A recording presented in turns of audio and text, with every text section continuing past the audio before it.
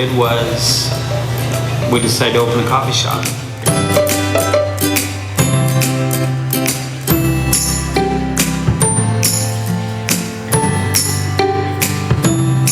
We literally had no money when we opened this place. Like the day before we opened, we were tapped on money. Not even enough money to buy a bag of beans. And so what I did is I called around to like half a dozen roasters and I said, hey, our coffee shop just opened, can you send us some samples? And so like the first 2 weeks, we were literally using sample beans. There's been a lot of sacrifice, particularly with my children. They have sacrificed a lot. And I believe that our sacrifices are going to be worth doing this.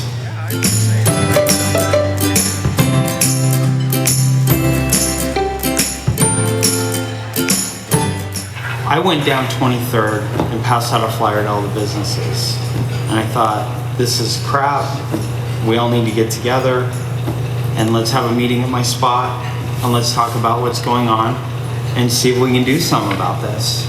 So we organized and we sat down and we devised a plan to go to the city and demand that they help, that they do something. I started an online campaign on Facebook and Twitter and just started hitting them, the mayor's office and the city council, with a barrage of stuff about what was going on here, about who the business owners were.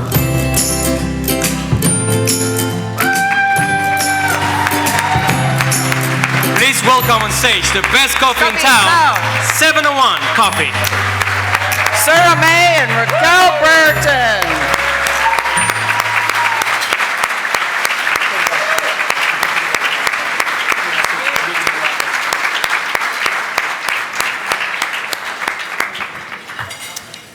We're honored to receive this award. I'd like to thank my kids who have, like I said in the video, have sacrificed a lot the past few years in us, taking part in this endeavor with us. And yeah, so anyways, thank you. Can I say anything?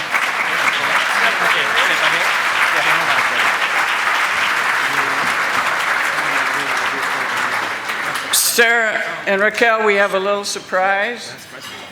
Please welcome to the podium Steve Black from BECU.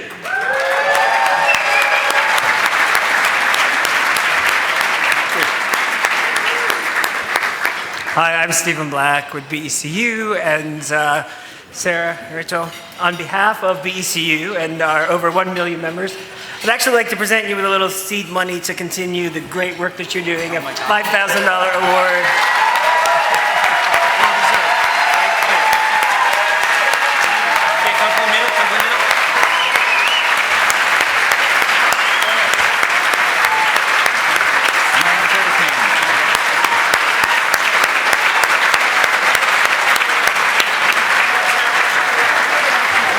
Congratulations, Sarah May and Raquel. Hi, Stephen. Hey, how are you? Smart. Louise, I need to file an HR report about when Mary just walked past me. And just a quick note, we are not going to be handing out checks to all of the recipients tonight. So for you others, don't get your hopes up. Just saying. Okay, to present the award to our 2016 Nonprofit of the Year, please welcome Gunnar Scott, Director of Programs at Pride Foundation, Catherine Gibson, Board Member with Seattle Goodwill, and my favorite Gary, former host of the Miss America pageant, Gary Collins.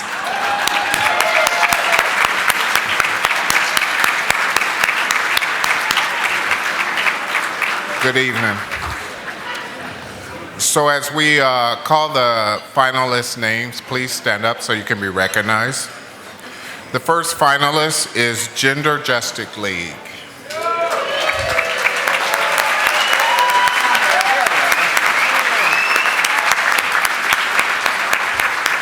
Gender Justice League's mission is to empower trans activists and their allies to fight oppression based on gender and sexuality in Washington, and to create a community where trans people can live their lives safely, true to themselves, and free from discrimination.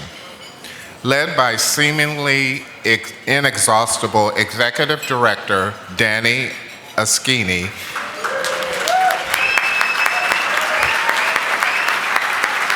they have been on the front lines of the fight to protect and extend the hard-won rights of trans people, whether spearheading a gender and name change clinic or being a leading voice in the Safe Alliance and Washington Won't Discriminate campaign. Please congratulate Gender Justice League.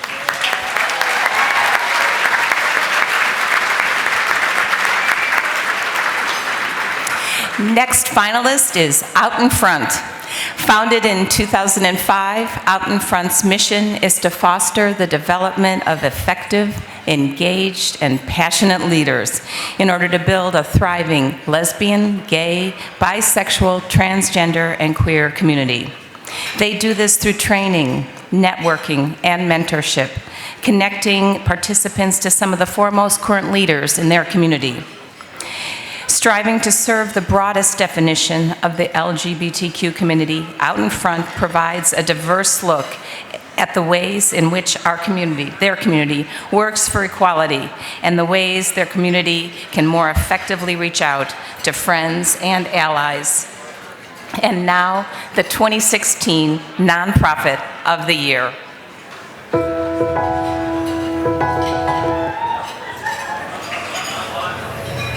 Our mission is really to provide opportunities for young people so that they can see their way out off the streets and moving forward with their lives through education, employment, and stable housing.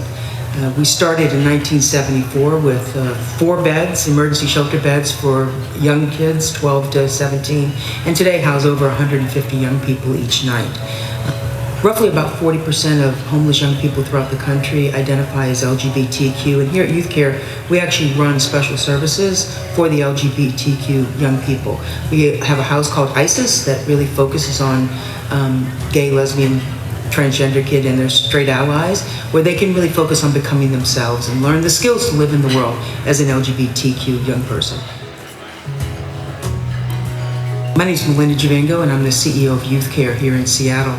One of the programs that we offer, and one of the things that we stress here at Youth Care, is that in order to really permanently end the experience of homelessness for any young person and to stop their drift into chronic adult homelessness, is that they have to get back into mainstream pathways. And so we spend a lot of time getting young people their high school equivalency, their high school diploma, admission into college, but to get back on the pathway of education and simultaneously help them learn the skills that they need to be employed. First and most important question we get, and get it most often, is how can you help me get a job? So these are young people who want help to get off and really see that if they can get the skills to support themselves, that they can move out and off of dependency. So one of the things I'm most proud of is our enormous volunteer community that supports Youth Care. And by people coming in, it helps our young people feel cared for and respected and loved, to be honest with you. And so we welcome all kinds of volunteers. If you have a skill, we have a place that you can volunteer. And our young people need mentors. They need people that will invest in them. Your time is as important to us as your currency. And so we really want to invite people to step up and help us help our young people move forward with their lives.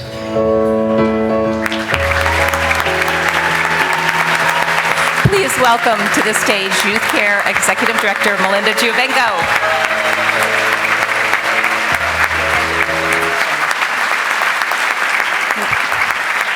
I need that plastic surgeon that we were talking about earlier. That video was a bad day. Thank you. You know, I could talk about numbers, I could talk about percentages, I could talk about why young people are homeless, especially the LGBT community. But I am going to take my 2 minutes, Louise, sorry, I know I got 1, to tell a story, because I'm going to tell you how we end youth homelessness in our community.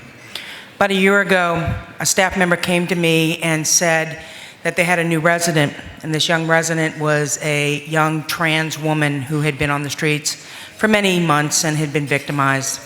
That young woman was walking around our ISIS house in a hoodie, pair of jeans, looking very much like a teenage boy. She didn't look up, she didn't talk, she didn't have much to say to anyone, she kept to herself.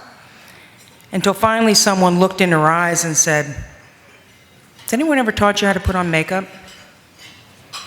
Has anyone ever taken you shopping? Has anyone ever taken you someplace to get your hair done?" And my team did that. And that young woman today is walking around in our community, gregarious, happy, looking for employment and back in school.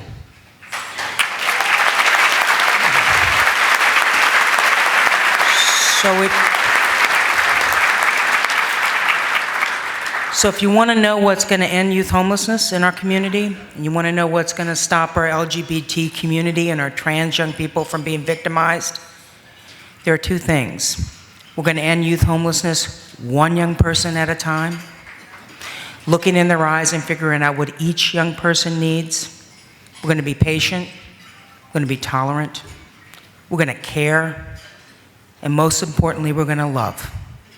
And love is going to end youth homelessness in our community. And I want to dedicate this award to my staff who give their passion, compassion, and love every day to every young person that walks through youth care. Thank you so much.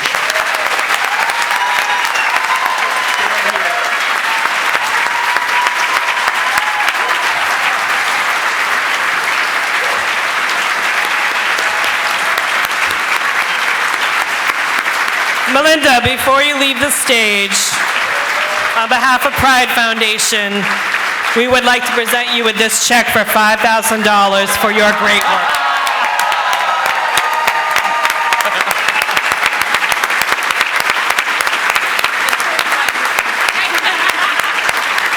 Now smile for me.